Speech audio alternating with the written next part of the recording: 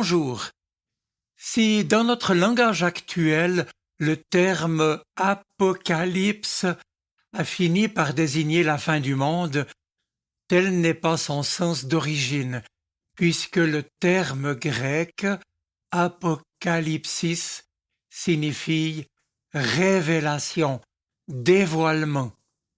Il s'agit en fait au départ d'un genre littéraire lancé par des auteurs juifs à partir de 200 à peu près avant notre ère, lequel genre littéraire met en scène les fins dernières et l'arrivée du Messie annoncé par les Écritures, et cela en écho à certains textes de la Bible hébraïque comme des passages d'Ésaïe, d'Amos, Ézéchiel, Daniel, etc. Bien sûr, le plus célèbre récit de cette littérature apocalyptique est celui attribué à Jean, qui a écrit son Apocalypse à la fin du 1er siècle de notre ère chrétienne. Bien que ce livre du Nouveau Testament soit souvent perçu comme plein de fureur et de sang, il ne constitue pas en fait, à proprement parler, une narration de la fin du monde.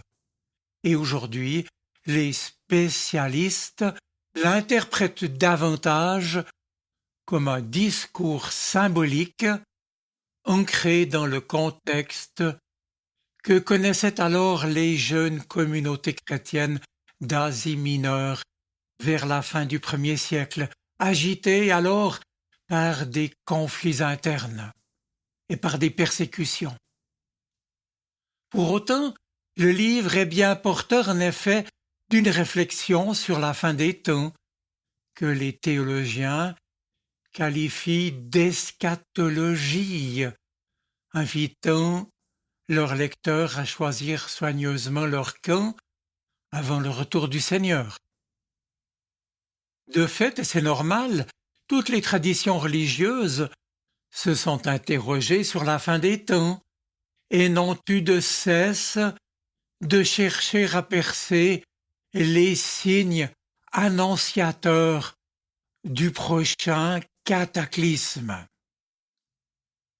Au fil de l'histoire et des événements dramatiques qui ont succédé, tous ont semblé souvent préfigurer la grande catastrophe, à commencer par la destruction du temple de Jérusalem, c'était en l'an 70 de notre ère, en passant par les guerres des religions du XVIe siècle, la chute de l'Ancien Régime en France, la révolte des Taiping dans la Chine du XIXe siècle, qui provoqua la mort de pas moins de 30 millions de personnes, et puis jusqu'aux immenses tragédies du XXe siècle, plus de 120 millions de morts.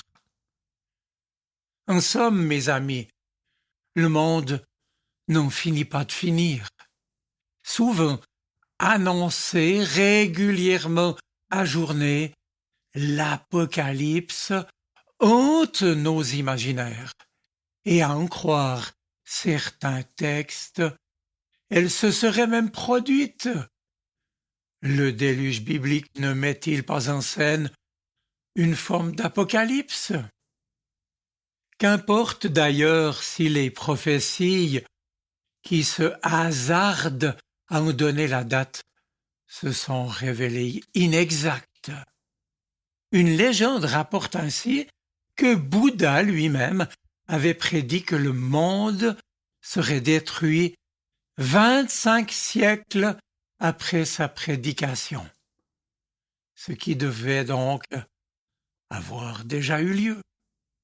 Et puis de leur côté, les disciples de Zoroastre, une religion de la Perse, eux pragmatiques, ont procédé à quelques modifications de leur calendrier pour successivement reporter l'échéance fatidique.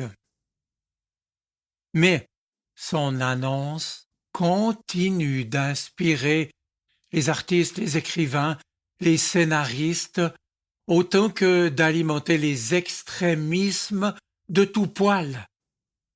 De même, chez certains qui entendent lutter contre, disent-ils, l'axe du mal, la rhétorique de l'Apocalypse fait florès, tant les conflits actuels se trouvent alimentés de manière plus ou moins insidieuse par une vision apocalyptique du monde. En fait, la culture populaire a seulement retenu du livre de l'Apocalypse sa partie la plus dramatique, c'est-à-dire une série d'événements catastrophiques dont le but, je précise, n'est pas de détruire l'humanité, mais de détruire le mal. Le fin mot de cette apocalypse, de cette révélation donc, c'est la descente de la Jérusalem céleste, un lieu où Dieu restaure la vie dans une cité idéale où Dieu figure en son milieu. Or, nous sommes aujourd'hui dans un moment particulièrement inquiet de notre civilisation, chacun le sait, l'homme étant capable de détruire toute forme de vie. Et on voit chaque jour à quel point les séries télévisées, mais aussi la chanson, les jeux vidéo, reprennent ce type de narration. Reste que cette puissance mobilisatrice du concept d'apocalypse ne fonctionne pas toujours. En effet, depuis le début du XXIe siècle, les citoyens du monde, et nous aussi, affrontons pourtant une menace que nos ancêtres ignoraient, la hantise, non pas de leur propre mort, mais bien celle de notre planète. Cette crainte de l'apocalypse écologique ne repose pas sur d'incertaines prophéties religieuses, mais sur des modèles scientifiques cette fois, élaborés par les climatologues les plus sérieux du monde entier. Désormais, nous disent scientifiques et économistes, politologues, le risque majeur qui pèse sur la vie humaine vient de l'action humaine. Et ce paradoxe met en lumière les limites de notre rationalité, qui frappe certains d'inertie, alors qu'il engendre chez d'autres des discours catastrophiques et des modes de vie relativement alternatifs. Autrement dit, de tous ceux qui envisagent les risques d'un effondrement de la civilisation industrielle, notamment au travers d'un effet domino résultant du changement climatique.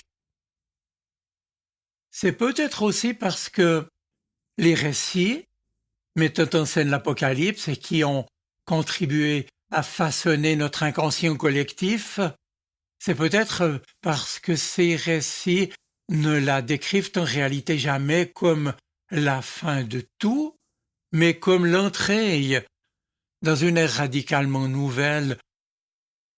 Plus que la fin des temps, l'Apocalypse est comprise comme la fin d'un temps.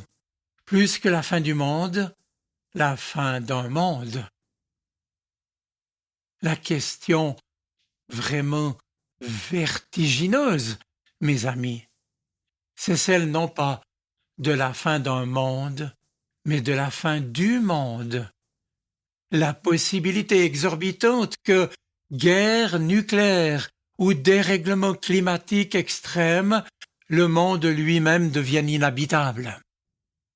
On le sait, tandis que les crises passées se limitaient, si l'on peut dire, à une société, à une génération donnée, les menaces qui pèsent sur nous aujourd'hui sont irréversibles et s'étendent à l'ensemble de notre planète.